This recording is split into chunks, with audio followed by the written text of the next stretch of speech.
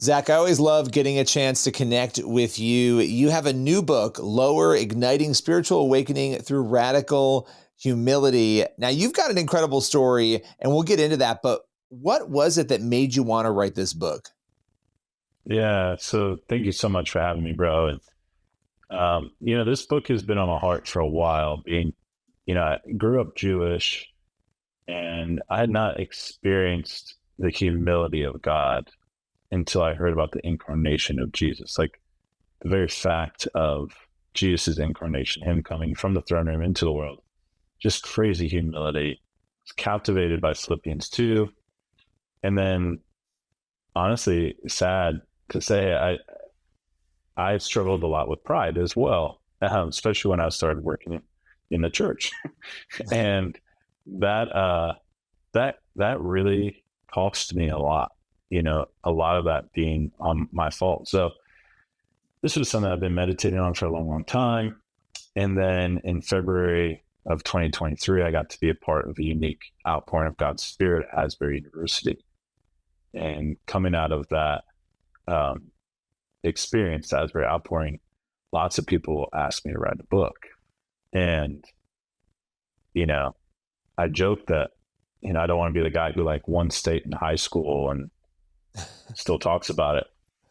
So I didn't want to write the book on specifically the outpouring at Asbury, but I could write about this thing that I think was so foundational and so intriguing about the outpouring. That was Jesus' humility and humble response to the humility of a couple students and a couple people that would just wait and linger. And I think that's what we just experienced, was what God will do when we go low in humility. He'll fill the space that we vacate. Yeah. Well, and that's such a needed thing in our culture right now, because the entire culture right now is built on the self, right? It's built on satisfying the self, loving the self, obsessively doing whatever the self thinks or feels. And humility is the polar opposite of that in so many ways. Obviously, it's looking to God. It's looking, at sort of this vertical relationship with God, where He's at the center and not ourselves. And I don't want to glaze over Asbury, because you were very much at the center of Asbury, and it was interesting now that I've gotten to know you, right? Looking back at when I was covering that story, not having communicated with you before, what was it like for you to see that level of fervor and love for the Lord that consistently, not just as somebody at the center of it, but as a spectator of it? Oh, it was unbelievable, and it gave me hope. I think what we experienced was, one of my good friends, Dr. David Thomas, said, what we're experiencing here, I remember he said that often during the 16 days at Asbury. He said, what we're experiencing here is just New Testament Christianity. This was like early church Christianity. Like, people were randomly giving thousands of dollars to people in need. People were being healed. People were being added in number daily. People were preaching in boldness. It was New Testament Christianity. And whether you were a 19-year-old college student or a 60-year-old who had been contending and longing for something like this to happen, we were experiencing New Testament Christianity. And that gave me hope. Like, I feel like ever since, I've been able to go tell stories and talk about what we saw and then hopefully raise the water level of hope and expectation in the church. And it was an honor of a lifetime. Some days I'm like, oh, I would be so tired and my feet would hurt so much again. Or I'm like teary because I miss it. I miss it so much. I get to still worship and use every week on staff at Asbury now. And it still feels like a very special place, but it felt like New Testament Christianity. Okay, this is a question you've answered before, but I think for a lot of people, there's always the skeptics that are out there, or even within the church, people who don't fully believe or understand miracles, the supernatural. What sort of supernatural, I know this is almost a tricky question because there's different layers of it, but what sort of supernatural did you experience, witness, and see during that time? Yeah.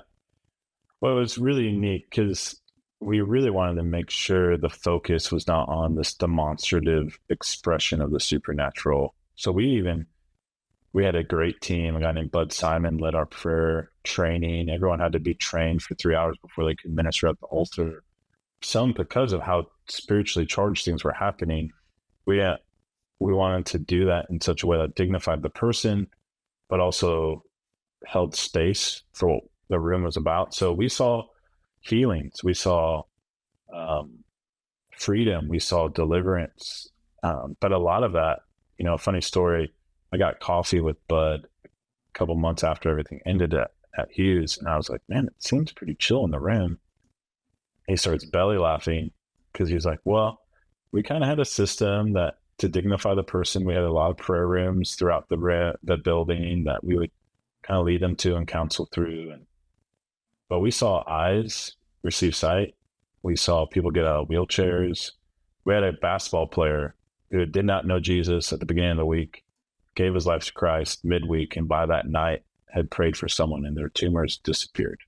And wow. It was unbelievable. But that's what happens when the presence of God moves into a place. You don't have to exert yourself a whole lot besides just steward and curate meetings between God's spirit and God's people. Yeah, no, and that is incredible. And it brings us back to Lower, right? Your book, because I think this focus on humility and the need to humble ourselves, it's so easy, again, to put ourselves front and center. When people pick this book up, when they read it, when they are done with it, what do you want them thinking and feeling? Yeah, my heart is for them to be reminded at the core of who Jesus was this gentle and lowly of heart. Like, he could have said victorious and strong. He could have said, superior and perfect, which are all true. But when he described himself, he said gentle and lowly, or gentle and humble of heart. And, if that is a core tenet of who we worship, then think of how countercultural, catalytic, and convincing the church would be if we were the most humble communities where we're planted. Like, countercultural. It's so countercultural to the world today, the world of self, the world of posting to get likes. We end up choosing humility and going lower, or catalytic. If we empty space, if we go low, we vacate space, then God can fill it, right? We say, God, empty us of ourselves so you can fill us with your spirit. It's catalytic, and it's compelling. Like, it's compelling. People are attracted to people that are differentiated, humble, healthy people. We all have that friend who takes themselves a little bit too serious and you kind of roll your eyes at them. Like, what if the Church of America was known by our humility? And think of just how compelling that would be. So I pray that they would understand this really is a foundational characteristic. I would argue maybe the most the most key characteristic of Jesus, besides his deity. And then that we might express it. And in this book, we talk about the formation of humility, the expression of humility, and the potential of humility. So if we understand who Jesus is and we lean into those three things, I think we could see something very, very powerful all around the world. I love that. Okay, final 30 seconds here before we go.